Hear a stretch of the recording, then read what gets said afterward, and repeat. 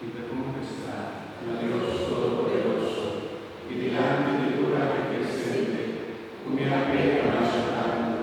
a pensamiento y palabra, a lo que me nace y a que se nace, a mi culpa, a mi gran culpa, es que me roga la Virgen María, dorada y santo, y gozo mi hermana, y